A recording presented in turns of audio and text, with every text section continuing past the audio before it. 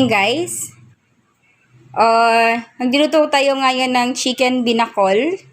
So, ito yung mga ingredients. Meron tayong sibuyas, bawang, luya, tapos tanlad.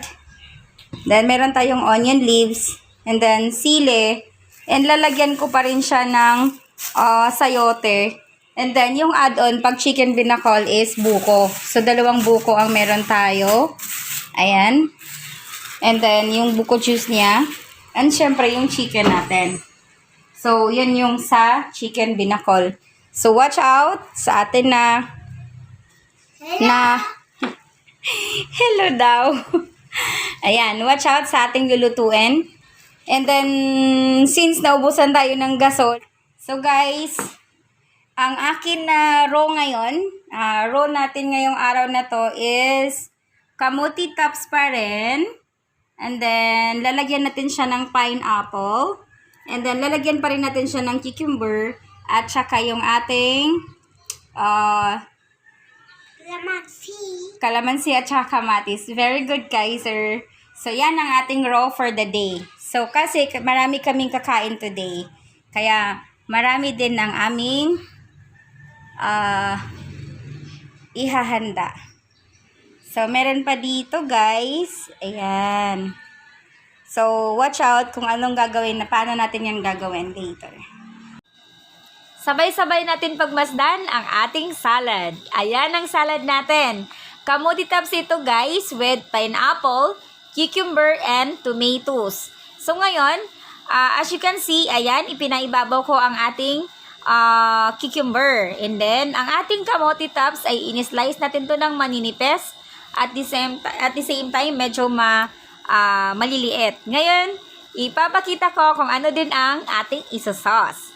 Ayan, ang sauce naman natin ay brown sugar, salt, and yung kalamansi natin kaninang hinanda. Ay, tips lang, bawal muna natin ihahalo kung hindi pa tayo kakain, ready na para kumain, okay? Ito na yung ating chicken binakol, ready to serve and ready to eat.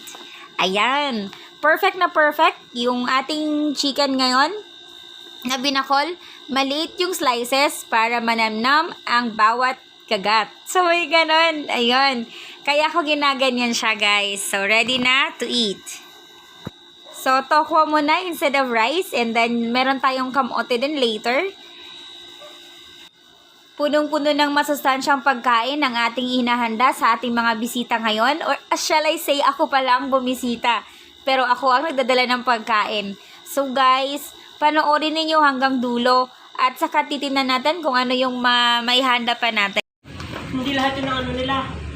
Ay, hindi lahat yung kasama ka dyan. Kasama ka na. Hindi lahat na ano nila. Mga grupo? Na?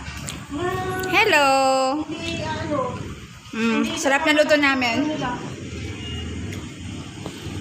Yung Kain muna kami, guys.